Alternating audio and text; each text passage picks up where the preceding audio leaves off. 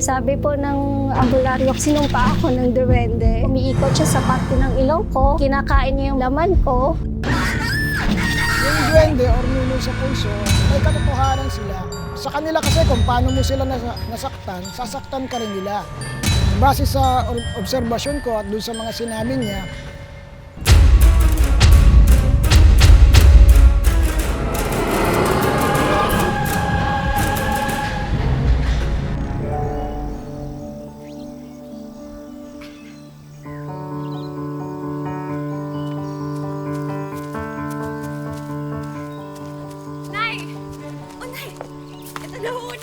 Nandito na yung mga Ay!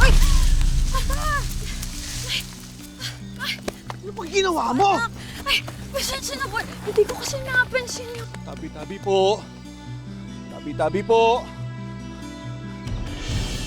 Di ba sabi ko sa'yo, huwag kang dadaan dito, ha? Kulit-kulit mo eh. Bahay lang naman ng Ana yan. Sinisira pa nga yung pananim ko. Ano ka ba? Saktan Ibang ka. nakatira dyan.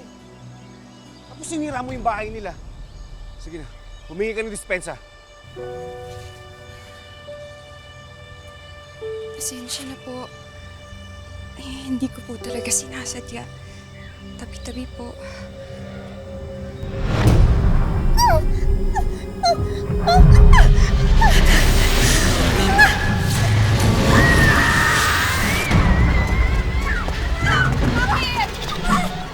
Ewan ko ba? Sobrang sakit. Tingin! Sabi ko naman sa'yo eh. Totoo ang sumpa ng duwende.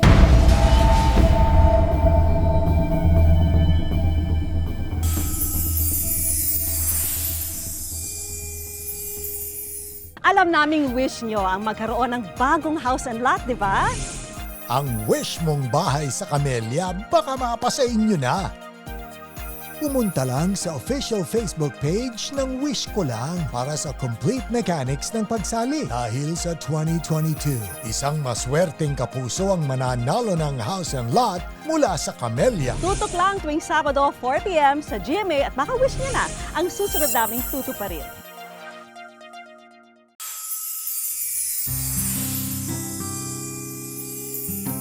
Mahilig po ako mag-drawing.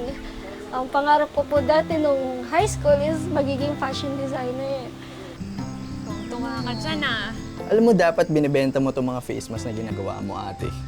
Dapat, pinapakita mo sa buong mundo yung talento mo. Malay mo, maging isa kang sikat na fashion designer. Oo, di ba bibihisa mo na itong mga idolo ko? Oo, si Heart Evangelista. Huwag nga kung ano-anong ilusyon yung pinapasok mo sa kukote ng anak mo. Ikaw, tama nga yung ginagawa mo, ha? Magawa ka ng paraan para takpan yung pagmumukha mo. Tsaka huwag ka nang umasa na sisikat ka. Sa buong mundo pa talaga, ha? Ninyo, sing ka na naman. Alam ko, hindi mo talaga anak si Queenie at saka si Justin, pero wala kang karapatan na pagsalitaan sila ng ganyan. Yeah. Yaman mo yun.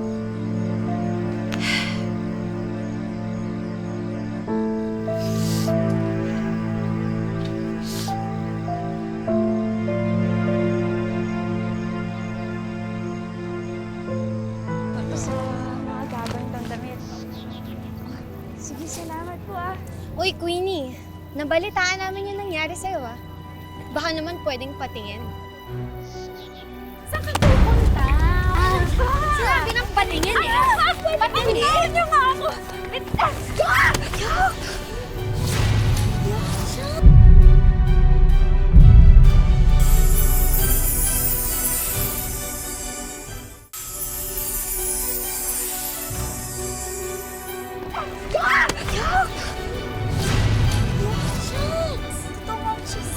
Hoy, tigilan niyo yan! Ano bang problema niyo? Pinagtutulungan niyo yung taong walang laban. Miss, okay ka lang ba? Huwag ka na mangangamba o sinta, umasa ka. Iniibig kita o hirap.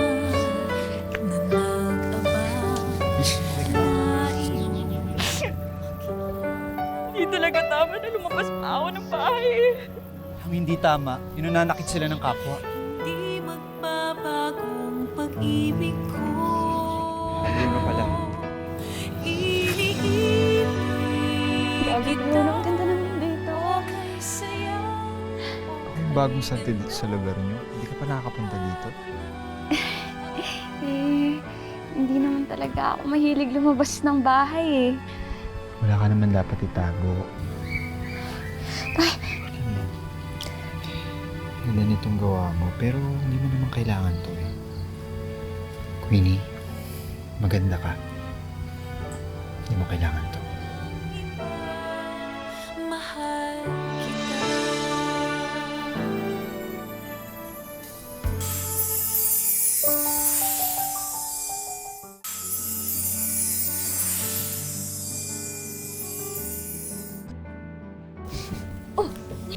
Oo na, Justin. Ano naman pinagsasabi mo kay nanay? Okay lang na may manliligaw ka. Nasa wastong edad ka na. At kung masaya ka sa manliligaw mo, edi masaya din kami ni Justin. Ay, ayoko lang naman umasa.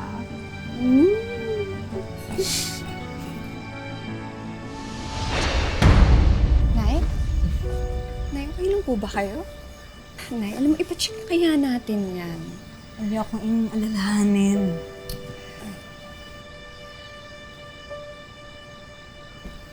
O bakit mo kinukuha yan? Kay Queenie yan? Para sa mga duwende. Narinig ko kasi nung isang gabi may kumakaluskos eh. Sigurado ako bumalik yung mga duwende. Kaya kailangan natin mag-alin ng pagkain para hindi sila magalit.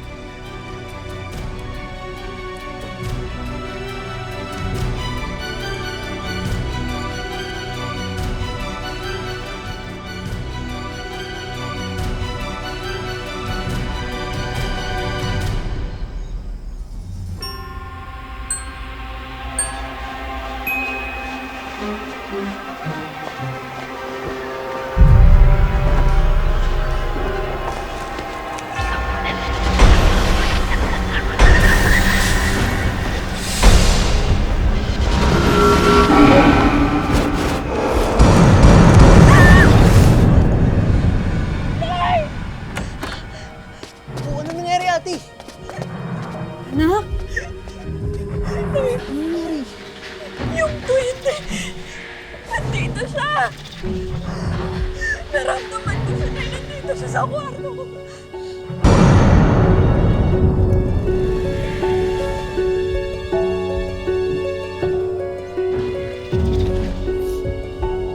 Sinabi ko na sa inyo,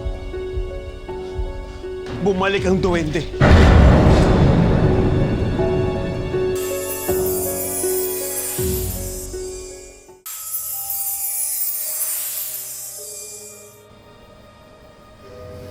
Laking Maynila ako kaya hindi ako naniniwala sa mga engkanto.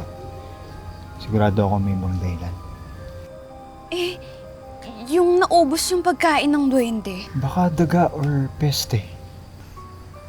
Hindi ko kaya na may mangyaring masama sa'yo. Mahalaga ka sa akin, Queenie. Kaya huwag mo nang isipin yun. Salamat ha.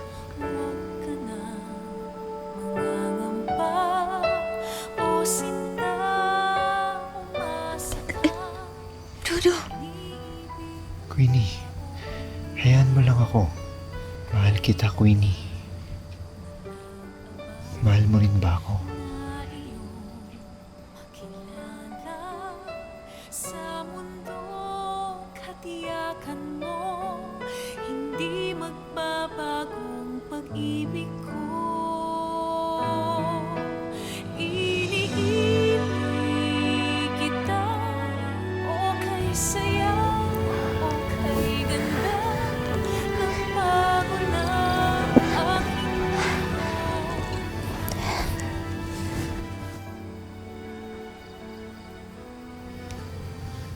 Aalis ka na kaagad? Oo may gagawin pa ako. Kalimutan ko.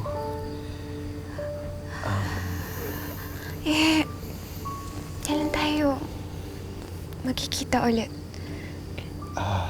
Sige, sunduin kita bukas. Okay?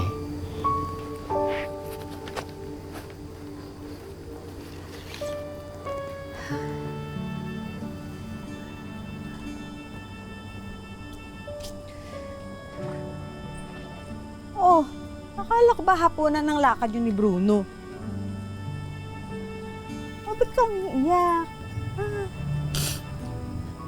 Hindi naman siya nagre-reply sa mga tawag o text.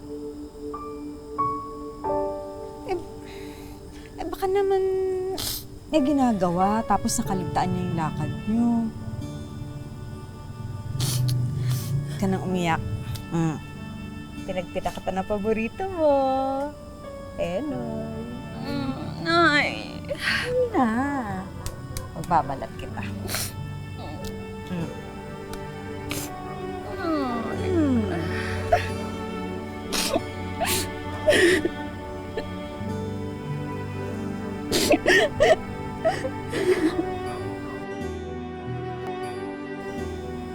Kalimutan mo na yung Bruno na yan.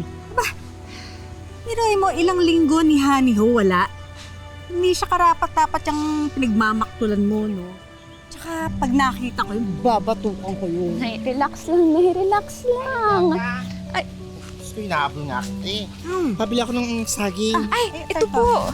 Sakto. Ayan. Oh. Gusto ko inaabol ako. Naman, Salamat. Thank you. May benta agad! Teka.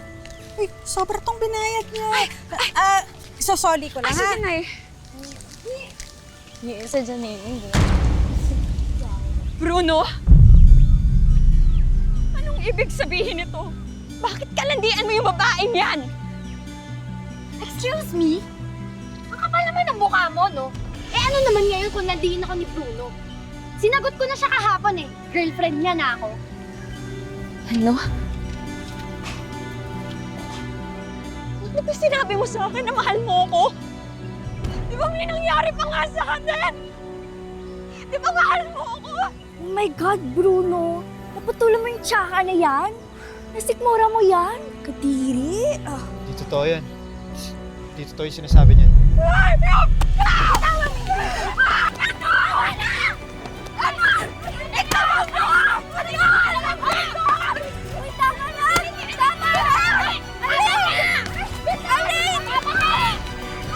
Pagsabihan niya, anak niyo ilusyonada, ha? Kapal ng mukha mo? Kala niya yata may papatol pa sa kanya. Sa itsura mong yan? Bastos ng bibig mo, ah! Yung ganda mo, baliwala yan! Kung ganyan kapakit ang ugali mo! Tama na, Nay. Naloko niya lang ako. Pinaglaruan niya lang ako.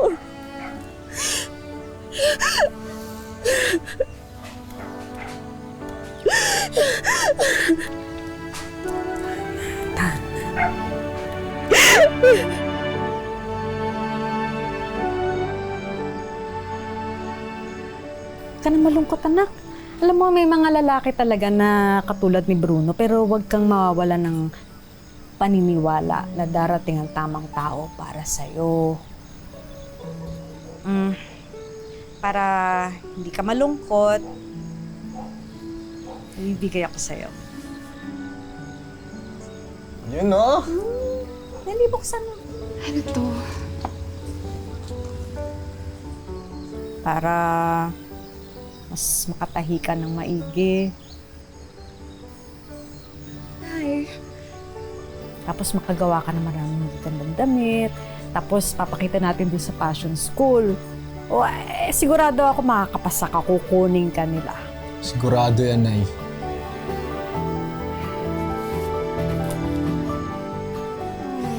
Anak ko. Malungkot ate.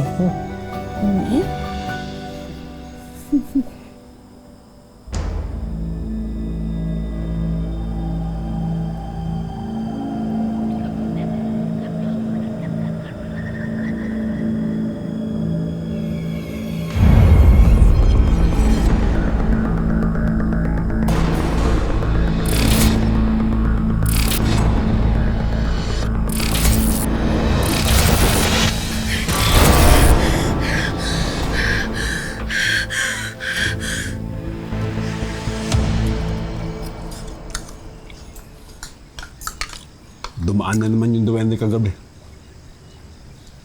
Alam niyo, dapat siguro mag-aling ulit ng pagkain. Para hindi niya nasaktan si Queenie.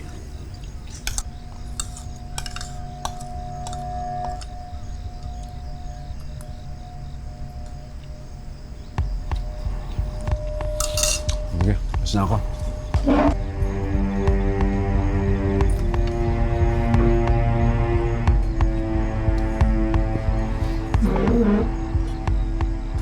Bakit?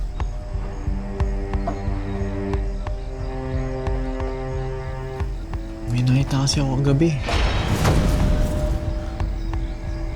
Nakita ko kung sino yung kumakain ng pagkain ng duwende.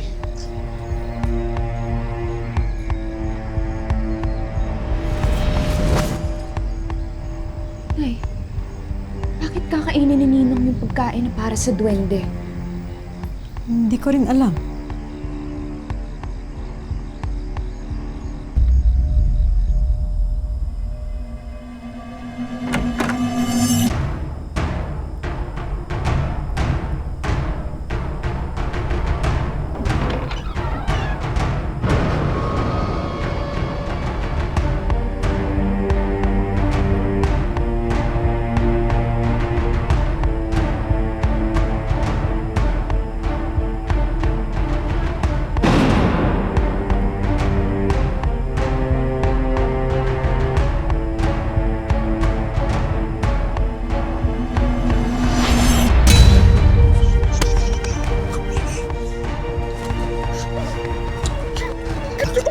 Tulog ka na eh.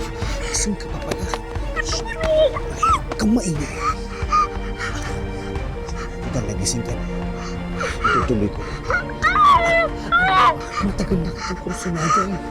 Kahit nasira pa yung ilong mo. Ngayon, gising ka na. Sige na. Titigman na kita. Huwag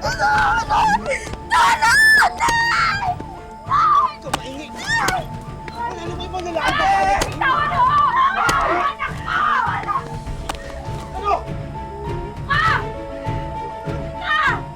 Ulo ka, Chong! Pinaniwala mo lang kami ni Duwende! Di pala may motibo ka lang kay ate! Ano, bakit? Kala nyo kain nyo ako dalawa?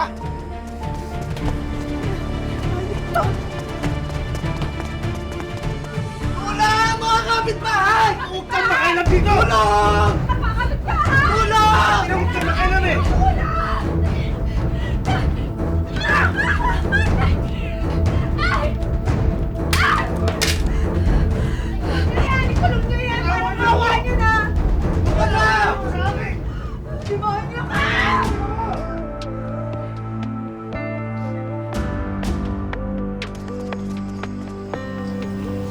Kung di lang kakarag-karag itong makina nito, mas maganda pa yung nagawa kong surprise para kay nanay. Ganda nga niyan, ate. Paniguradong gugustuhan niyo ni nanay. Sana. Nay. Oh, bakit parang nakakita kayo ng engkanto? Wala to, Nay eh. Nag-uusap kasi kami nitong bukas. Nagkwekwentuhan lang kami, Nay. Kilala ko kayo. Ano yon? Ay, tara magdikit na nga tayo. Diba? Sabi niya. Nay? Nay? Nahihilo ako. Hindi ka lang, Nay? Justin, kumuha ka ng tubig. Kumuha ka ng tubig, Nay. Naikot yung paningin ko na. Nay. Nay. Nay, Nay, Nay. Nay! Nay! Nay! Nay! Nay! Nay! I'm sorry to say this, pero brain dead na ang pasyente. And recovery at this point is already impossible.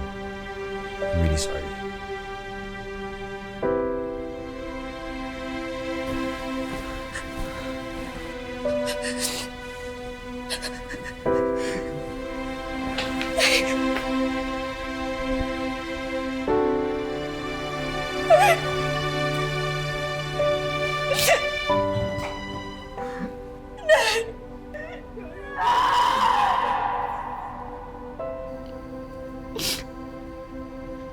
Surprise ako sana sa'yo, Nay, para sa birthday mo eh.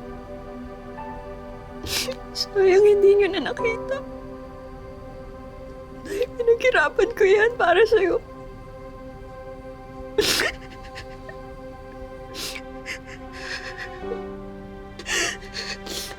Hayaan niyo, Nay. Pangako ko sa'yo, Nay. Itutupad ko lahat ng pangako ko sa'yo. Itutuloy ko yung pagtatahi ko. At magiging fashion designer ako na mahal na mahal ko.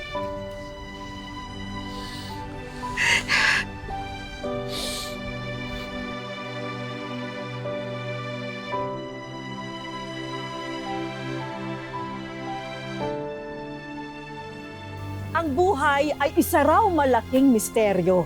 Mahirap maintindihan minsan. Pero sabi nila, sa huli, lahat ng bagay ay may dahilan.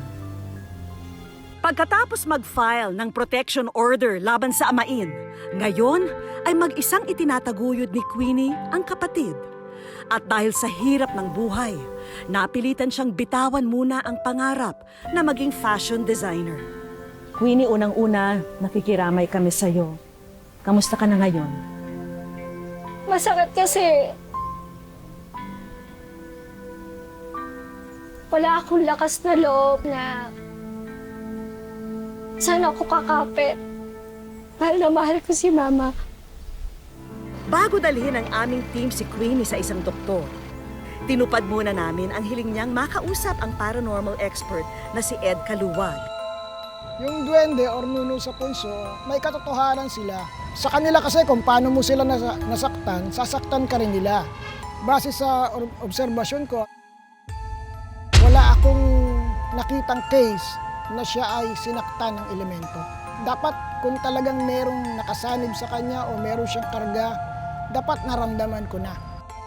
At sa unang pagkakataon, dinala namin si Queenie sa isang medical expert para malaman na kung ano nga ba talaga ang kondisyon niya. Ito yung deformity na nakuha niya dahil sa pagkakaroon niya ng cutaneous tuberculosis. Maybe it came from the lungs also and then it went to the nasal area. Dahil sa TB na yan, nagkaroon ng mga nana, ulceration, sugat-sugat, tapos nakain na lahat ng mga cartilages niya sa ilong, kaya nawala yung shape ng nose niya. Ngayong nabigyang linaw na ang kondisyon ni Queenie, oras na para tuparin ang kanyang mga wish. At ang una naming regalo, isang dressmaking scholarship package para matuloy na ni Queenie ang kanyang pangarap. Samahan na rin natin yan ng isang sewing business package. Hindi ko inasabi. Dahil sa wish ko na, Ama. Namarap ni Mama. At para mas ma-inspire siya sa kanyang pagka-back to school, may personal na regalo rin kay Queenie ang kanyang idol na si Heart Evangelista. Isang fashion book na personal na pinirmahan ni Heart. Thank you so much. Sobrang inspire ako sa'yo. May regalo rin kaming mga negosyo package para makatulong sa gamutan ni Queenie at sa pang-araw-araw nilang gastusin. May RTW clothes and footwear business, beauty business, pastry business, at isang fruit shake business. Samahan na rin natin yan ng brand new tablet and pocket Wi-Fi. May regalo rin kaming isang animal sanctuary bonding experience para sa kanila. Dagdagan na rin natin yan ng isang salon and relaxation gift package. And of course, ang Wish Ko Lang Savings, tulong pinansyal ng aming programa. Maraming salamat po, Wish Ko Lang. At para naman matulungan si Queenie na makarecover sa mga traumang pinagdaanan niya, ipinakonsulta rin namin siya sa isang mental health professional. Hi Queenie! This is Doc Camille. Nandito ako para matulungan ka na ma-enhance natin yung social skills mo at talagang magkakaroon tayo ng siguro 2 or 3 sessions para mas maging confident ka. Tayong mga Pinoy, mahilig magsabi ng tabi-tabi po bilang respeto sa mga bagay na hindi natin nakikita. Pero sana ay ilaan din natin ang parehong respeto sa ating kapwa, lalong-lalo na sa mga taong gagawin ang lahat para sa kanilang pamilya.